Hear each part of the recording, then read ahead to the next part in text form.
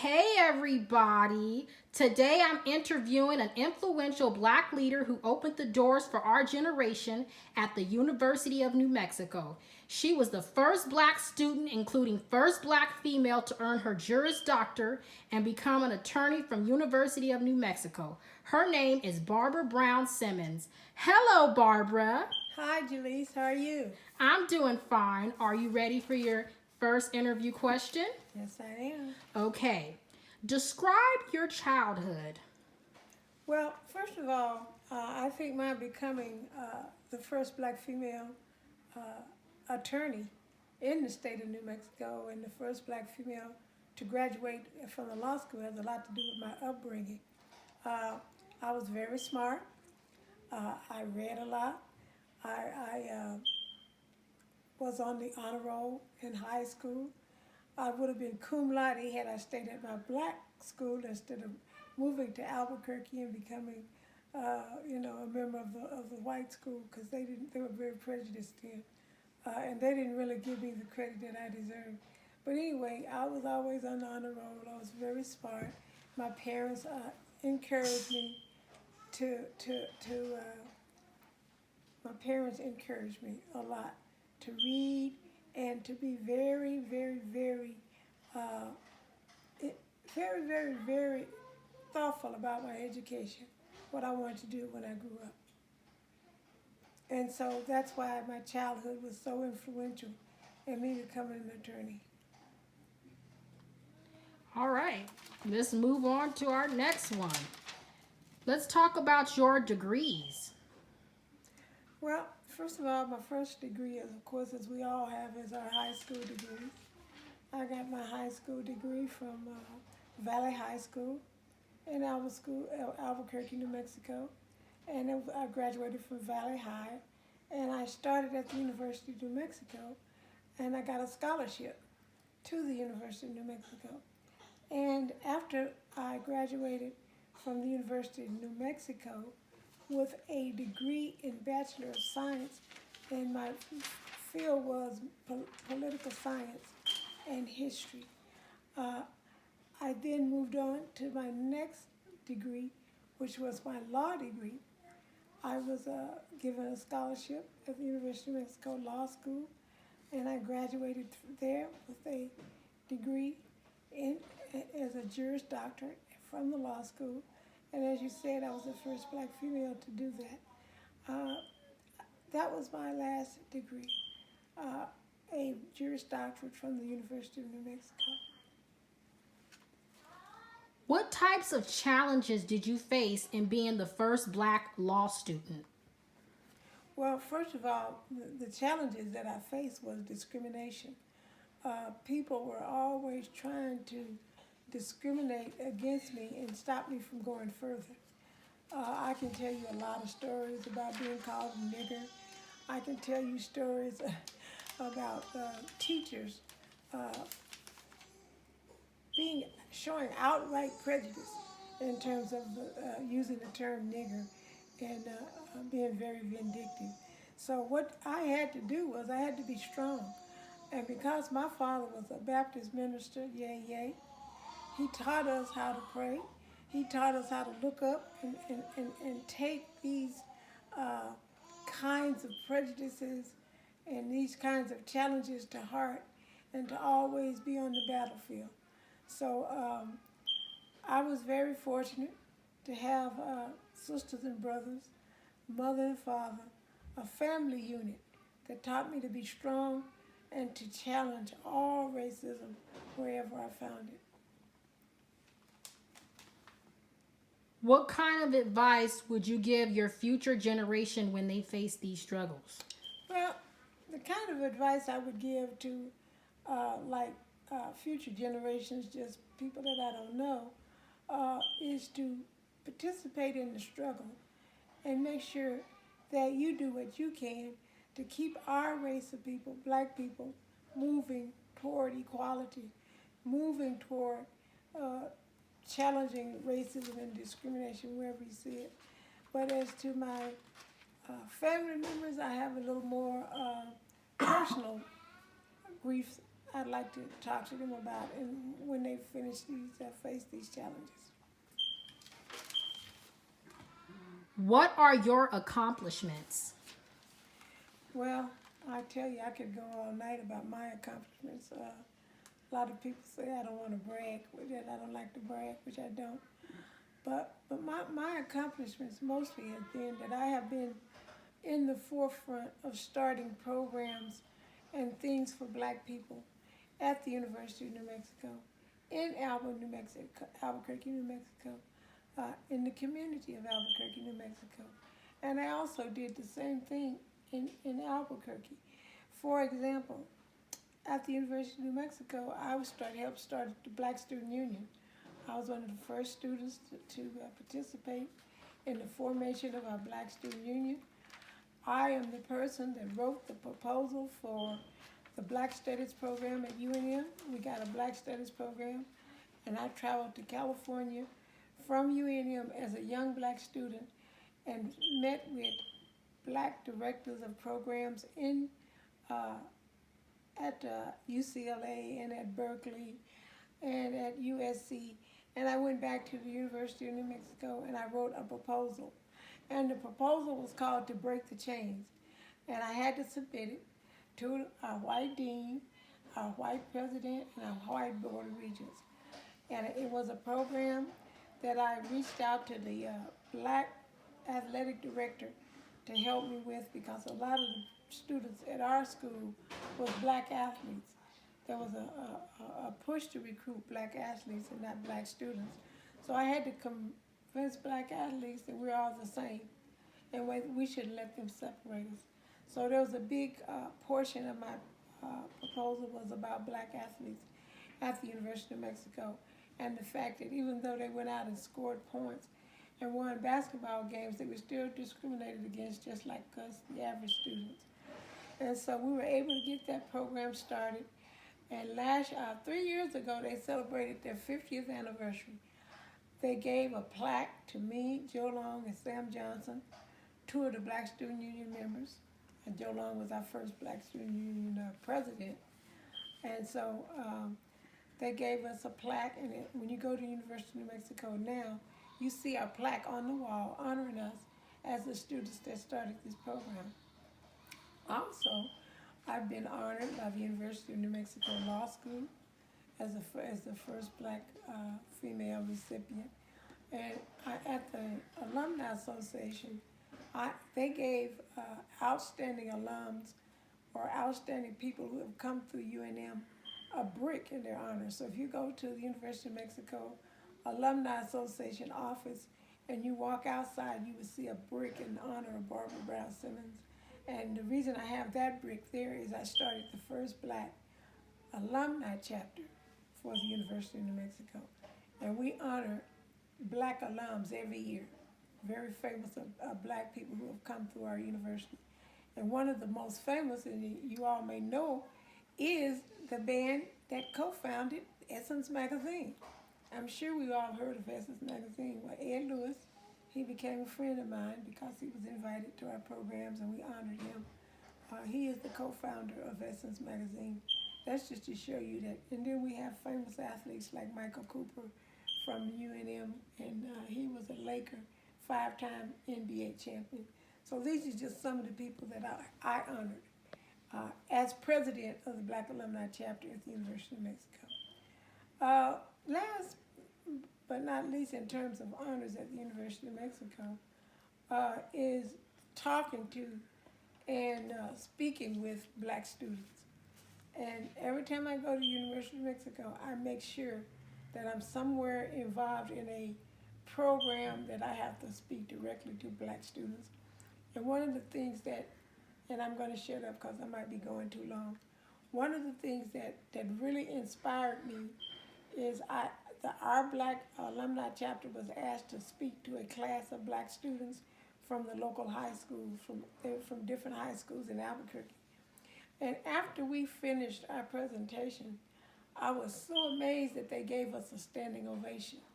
They stood up, those kids stood up and gave us a standing ovation for our presentation. And so I was really being inspired by that. But what really inspired me is 6 months later, they have African American Day at the state legislature. Blacks go up to the state legislature and they meet with their state legislators and their representatives. And every year they give an award to an outstanding black student. They give an award and a scholarship based on a writing. And last year, the person, and I was so inspired, was a young girl in high school, and she wrote her statement and her speech about me. And one of the things that she said is, I have now become a student that's on the right track in terms of my blackness, in terms of my education, and I owe it all to Barbara Brown Simmons. She changed my life. I tell you, I get tearful every time I think about that. I really did have an impact on that student, because that's what we should do. Whether it's our grandkids or somebody we don't know, we should impact on our students. Thank you. What advice do you have for your daughter? Anything you want to say, leave behind, or say to her, don't hold back. We're going to start with your daughter, Carla Herring. Okay, let me just say about my daughter. My daughter is my rock, my salvation. And so is Jesus. But the thing that I want to leave with my daughter is to stay in the church. Whatever you do, don't leave the church. Be close to God. Keep God in your life. And be a great mother to Carl and V and Jaleese. Make sure that you hold on to them, that you teach them, that you advise them, and stay closely in their lives. Always be a good mother and a good Christian. Also, in terms of your profession, you know, reach the highest level that you possibly can. You know, I know that you have other things that you are doing, but in your profession as a nurse, I'd like you to just reach for the stars. Reach for the stars, baby, because all is there for you. Because you are an outstanding, very educated, very smart young woman. And that's my advice to my daughter. And keep being the same person that you are, the same giving, generous person. And I'm not saying that because she's my daughter. She really is the most generous, giving person that I know. And that's my advice to my daughter. Okay. Next, we are going to son-in-law. Okay, I tell my daughter all the time I am so lucky to have the son-in-law that I have, and I tell him that I don't see him as a son-in-law, I see him as a son, and that's true. In terms of my spiritual guidance, and in terms of me having a chance to get to heaven, I owe it all to my son-in-law, because my son-in-law keeps me on the right path. When I go to church on Sundays, Ulysses, I come home motivated and strengthened. I come home with a new spirit, and it's all because of my son-in-law. So I can just say, God put my son-in-law in my life, and I've been so lucky for that, so very lucky. And I thank him whenever I can. And my advice to my son-in-law is to keep on preaching, brother. Keep on preaching. Next, we are going to Daryl. Okay, hi, Daryl. Daryl is my nephew, but I raised him as my son. And so Daryl is special to me. He's my nephew's son. And I just like to say to Daryl, because I know we've had some roadblocks and some things that he had to overcome. But I like to say to Daryl, hang in there, Daryl. Your prize is coming. Stay in church, stay motivated, and stay in there, and fight for what's yours. Keep on fighting and fight to the end, and you're gonna get there. You're gonna be rewarded, Daryl. And just be a good person. Daryl, just be a good person. That's what your aunt wants to say to you. Next, we are moving on to grandchildren. We are going to start with Jaleese. Okay, now Jaleese, boy, every time I think about leaving this earth, I think about Jaleese. I want so much to be here for her. I want to be here to help her walk across that stage and give that an Emmy or that Grammy or whatever else they have, because she is talented and she can do it. I want so much to be here to see it. I want so much to see her when she finally turn her life around and get started in the right direction and be happy with her life. She is going to be a great person one day. And when she does, all I want is her to say is, Grandma, you told me I was going to make it, and you were right. I just hate not to be here to see it. So, Jaleesa, I hope I'm not making you cry, but that's my greatest concern is leaving you and not being here to motivate you, to push you, and to help you make it through all your struggles right now, because you're having struggles. But baby, you got a lot of people behind you. You got a lot of people that's involved and concerned and wants to help you. So I'm saying, you're just one person. Everybody else will pull up, and do what they're supposed to do to help her, do what she can do with her life. But I just wish I could be here. Next, we are going to move on to Little V.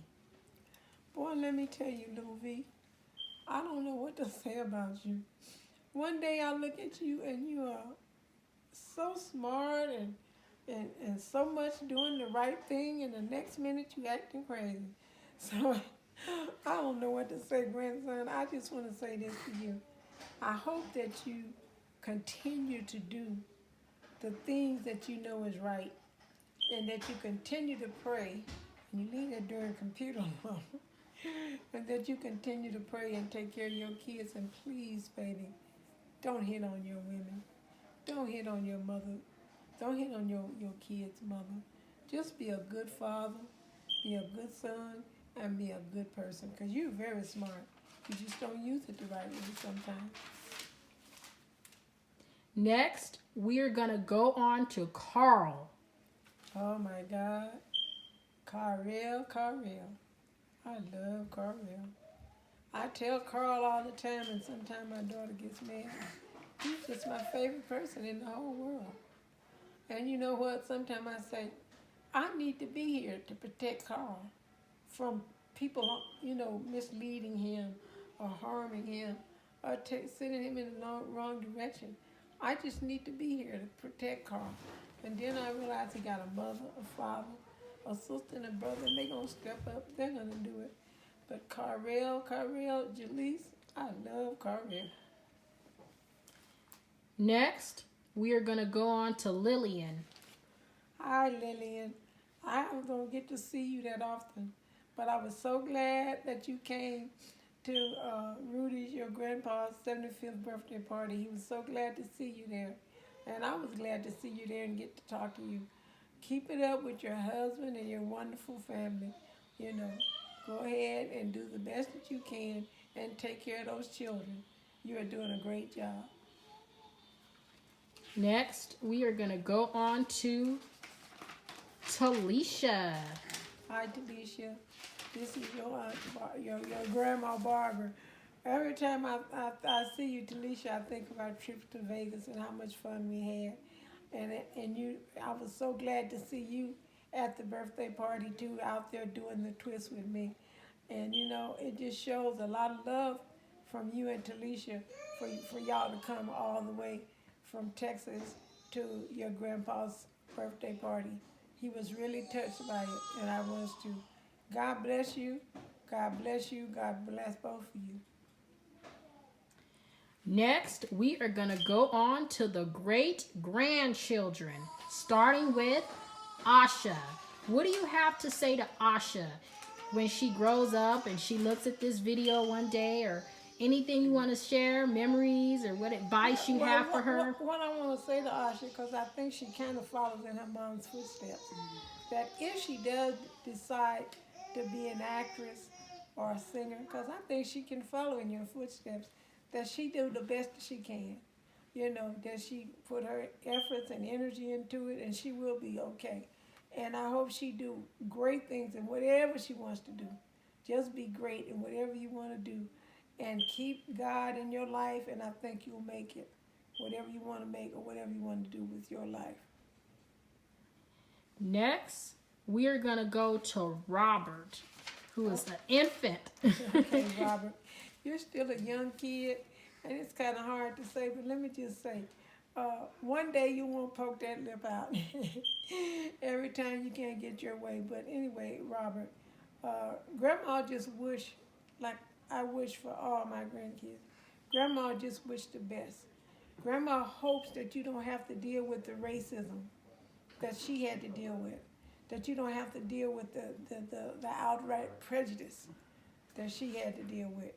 So that's what I want to say to Robert. Next, we're going to move on to Cameron.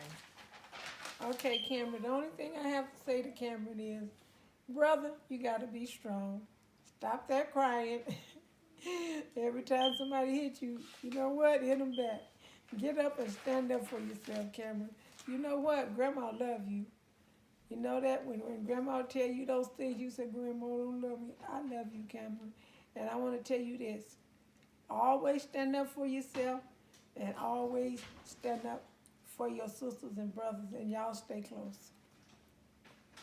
Next, we're going on to Ray L. Oh my God. Ray L. I don't know what to say, Ray L. You are have such a dynamic personality. Your personality is all over the place. You can sing, you can dance, you can read, you can write, you can color. You're just all over the place. And Granny want to say that, you stay close to the Lord too. Stay close to the Lord and do your thing, and stay close to your family. Always stay close to Leilani and the rest of your sisters and brothers.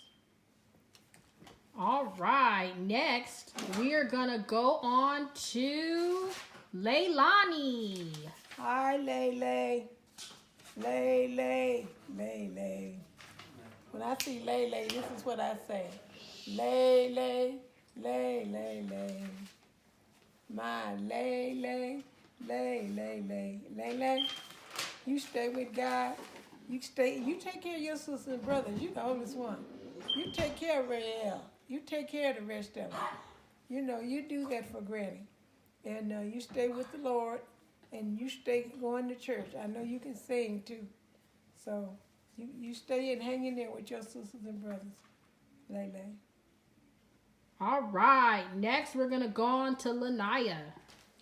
Lanaya, Granny don't get to see you much. But I know that you're hanging in there too. You're the sister to my grandkids. And you're older, so I want you to look after them.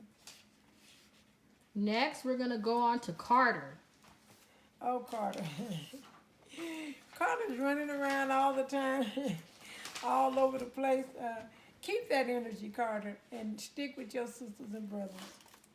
Next, we're going to go on to Cash. Cash. Oh, my God. Oh, my God, Cash. Let me just say, Cash, Granny is going to miss you sitting in her lap and sleeping on her knee when she sleep at night. I am really going to miss that.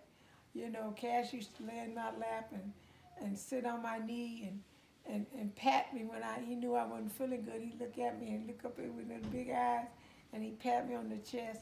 And that meant a lot to me, Cash. I know you knew when you was doing that I was sick.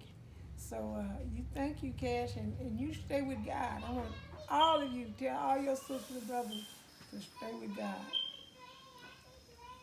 Next, we are going on to Scotty. Scotty. Oh, okay. Oh no, Scotty is in that group, huh? Scotty, I hear you're wanting to be a cheerleader. So may God bless you in that effort, and you stay with God. Next, we're going to go on to Jermaine. Jermaine, I don't really know you. I know you when I see you, but I want to just say the same to you as I say to Scotty. Stay strong, fight the battle, and stay with God. Let's go on to Kiana. Kiana, I do know you. Kiana, you're very active. You have an active personality. So I want you to stay with God too and do what you want to do with your life. Our Keith, Keith. the other twin. Now we're gonna go on to Keith. Okay, I know these are babies. And so, Keith, I want you all to work together and stay with God. That's all I can say to you at this point because I know you're babies. All right, next we're gonna move on to the siblings. We're gonna go on with your sister Brenda. What do you have to say to Brenda? Oh my God, Brenda. Uh, my siblings and I, we're like one. Uh, when you talk to people, you go to Albuquerque, they'll say Brenda Brown, Barbara Brown, Linda Brown, Junior Brown, Betty Brown. They call us the Browns. They don't separate us. And that's because growing up, my father taught us that your brothers and sisters were the most important people in your life. And so we all so close together. Especially Brenda, she keeps us in line. When we were younger, she kept us in line, and we were all close siblings, and we all stayed together. And one for all and all for one. If you hit me, you better hit Brenda or Linda, because they're coming after you. We were just like that, those kind of siblings. All right, next we're gonna go on to Linda. What do you have to say to Linda? Well, Linda was the one in our group that was. She was so impressive because she's always been. Uh, what do I want to say? Like she wanted to be a spokesperson. You know, she would be a motivator. A motivator. She got to work for the Obama campaign because most of these people in California and Albuquerque knew her as a motivator, as somebody who could go out and speak and motivate people. So she worked in Obama's campaign in Ohio when he was running for president. And she does a lot of motivation trips all over the country. She's very good as a motivator. And so that's kind of a special skills that she has. And so we kind of we give her a lot of praise for that. Next, we're gonna go on to Beta. My sister Veda, she's the baby. And so we look at her as the baby. And she does everything that we need her to do. She's probably spoiled. We probably spoiled her because she is the baby in the family. But, you know, she is a Brown. And we try to motivate her. Next, we are gonna go on to Uncle Junior Brown, Matthew. Okay, I'm going to say something about my brother. He's the only man in the family when my daddy left. And my daddy's been gone 49 years. But he's always there stepping in for my daddy for weddings and everything else. He's there to give us advice, to bring us through, physically, financial, whatever we need. My brother's always there. But most of all, I like it because he stepped into the gap for our father, who was a minister and, who was a motivator. And my brother's always there, been always there for us at filling in that gap that my father left. And we all appreciate him so much. Next, we are going to go on to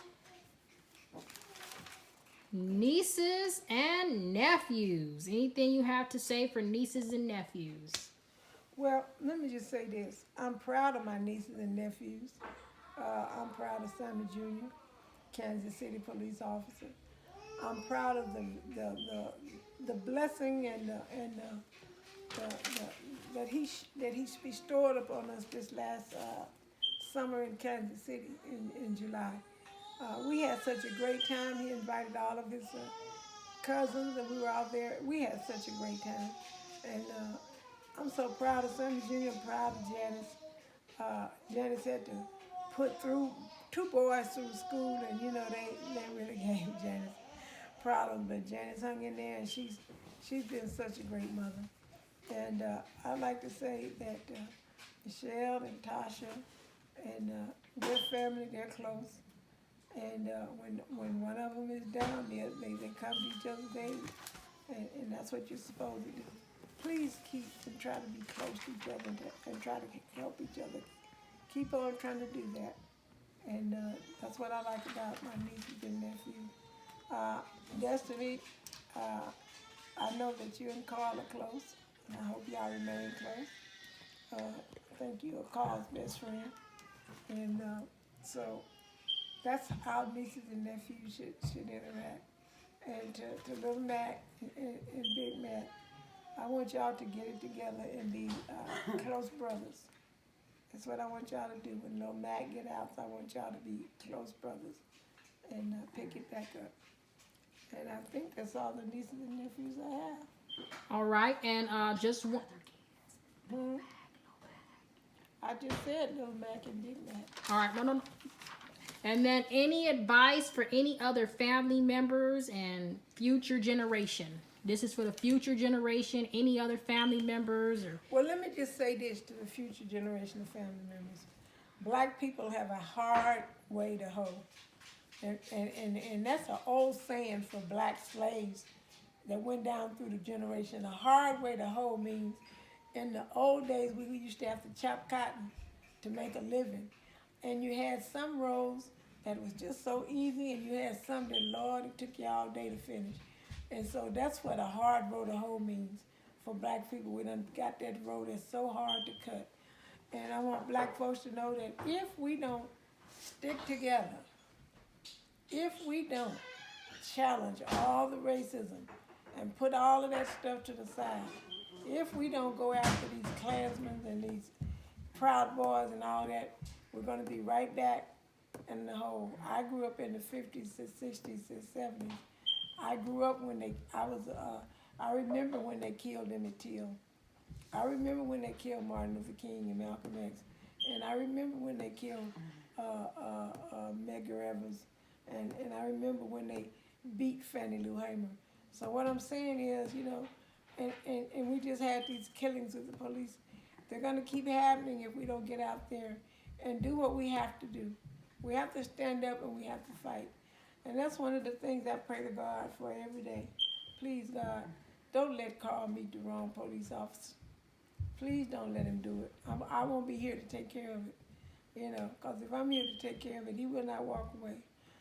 So my thing is, I'm just hoping for my grandson, my nephews, all of them. I just pray to God that you all will make it through, without any problems or concerns. I hope you can make it through.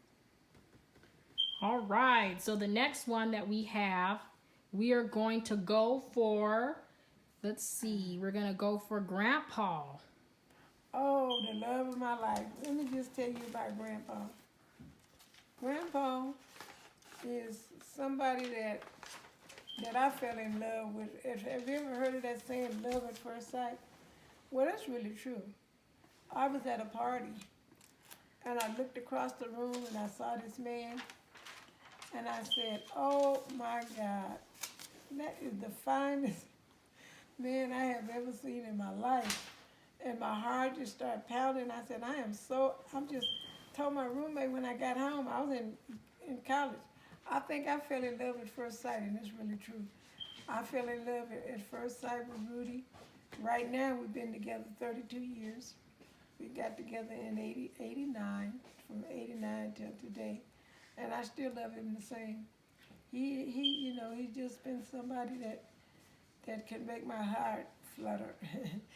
That make me, feel love, want to give love and want to receive love. He know how much I love him, and I know how much he loves me.